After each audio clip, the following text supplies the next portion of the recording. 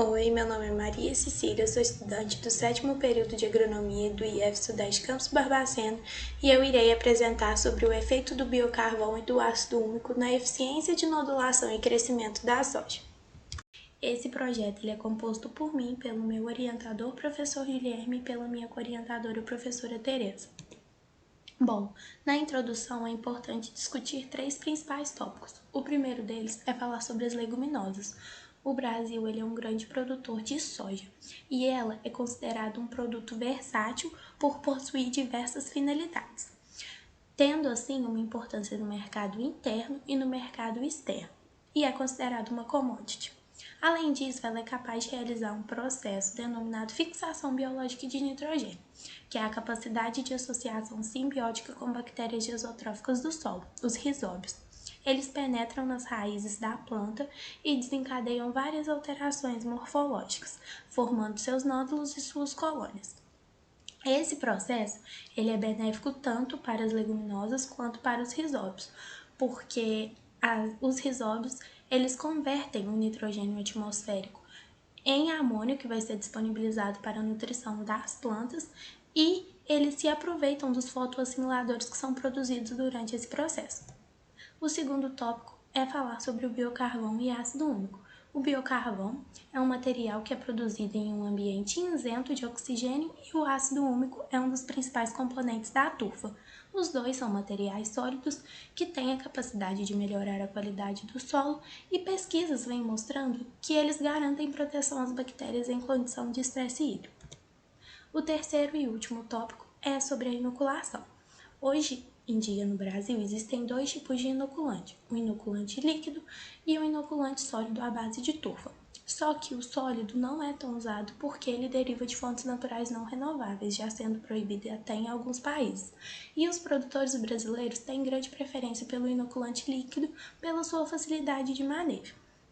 Os inoculantes líquidos, a maioria deles contém o bradyrhizóbio japônico. E o desenvolvimento de pesquisas vem mostrando que, além de proteção às bactérias, a associação de inoculante líquido com biocarvão e ácido úmico também serve de fonte de nutrientes para os rizóbios em condição de estresse hídrico. O objetivo desse trabalho foi avaliar a nodulação e crescimento da soja em resposta à aplicação conjunta de inoculantes contendo rizóbios, ácido úmico e biocarvão nas sementes em condição de estresse hídrico. Materiais e métodos. Foi produzido o biocarvão com pirólise a 300 graus, a coleta de amostra e interpretação da análise de solo, correção e adubação de acordo com as necessidades do solo. O experimento foi conduzido em uma casa de vegetação com 3 tratamentos de semente.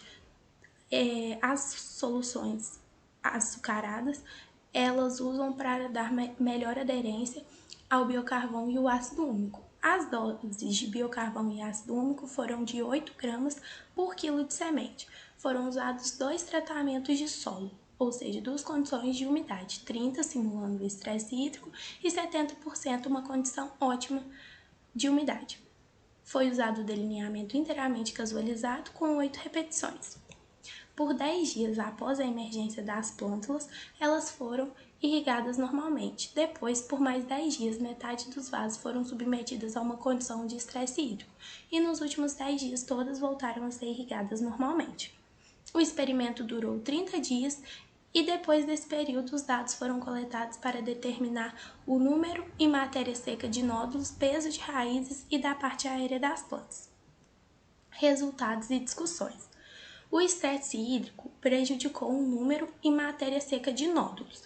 Com relação aos tratamentos de semente, não houve diferença na condição ótima de umidade, porém, quando foi aplicado o estresse hídrico, foi observado que o tratamento com biocarvão e ácido úmico, eles diminuíram a matéria seca de nódulos em comparação ao normal.